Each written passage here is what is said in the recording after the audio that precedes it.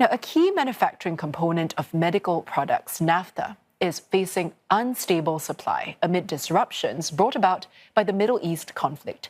It is essential for producing plastics found in syringes and catheters. Suppliers say prices of such medical products are rising, and it could jump as much as 50%. The Singapore Health Ministry assures that public healthcare institutions are not facing any shortages, and there is adequate stockpiles. Beatrice Yap reports.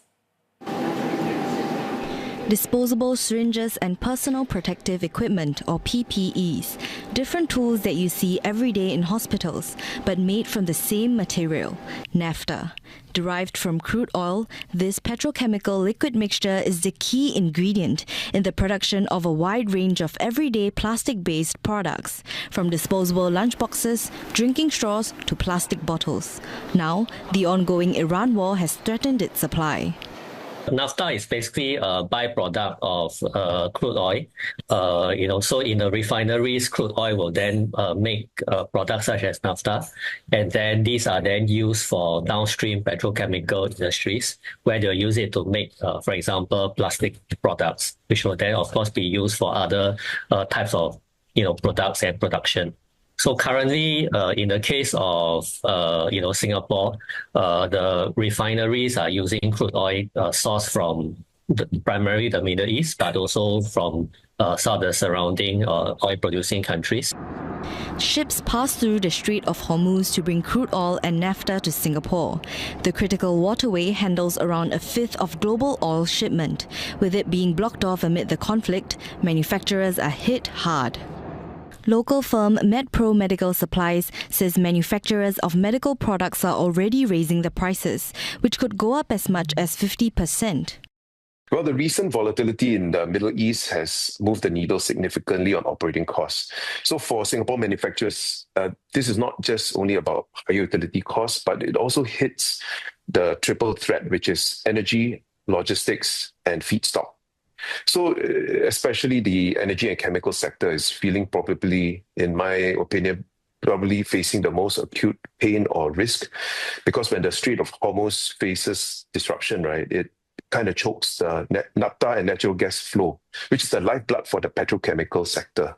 The Singapore Health Ministry says the country is not facing any shortage of pharmaceuticals and medical products.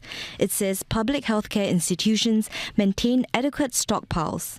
It also diversifies sourcing strategies to ensure supply chain resilience. Local wellness retailer Guardian says prices and stock for pharmaceutical products remain stable, but experts warn that the impact will be felt beyond the healthcare sector. Plastic products are basically in our everyday lives across different industries. So we can expect that different industries, whether it's consumer electronics, medical, industrial, etc., that use plastic as part of their production process would be affected in some ways by either the shortage or the high prices that they have to pay in order to get hold of the supply in order to continue their manufacturing and their production. He says while there are alternatives to naphtha as an ingredient, it's not available in large volumes. So what is naphtha and why is it so important in manufacturing? Well, let's have a look. Now think of crude oil like a giant multi-layer cake. When refineries process it, the lighter layers rise first. Two of those layers are liquid gas and naphtha. But naphtha and that gas are still the raw dough. They go into giant furnaces where heat cracks their long molecules into tiny ones, forming 4 chemical compounds. Add catalyst and pressure, and these little pieces click together again, forming materials like flexible plastic, tougher plastic, foam, and also synthetic rubber. With that, naphtha is found in everyday plastics. Medical supplies, drinking straws, takeaway containers, and even mobile phone cases. And where does Singapore get it? Refineries at Jurong Island process some from crude oil, and some arrive by tankers from the Middle East and India, weaving through the Strait of Hormuz before parking at Pulau Bukom and Sebarak terminals, where the oil refineries are located.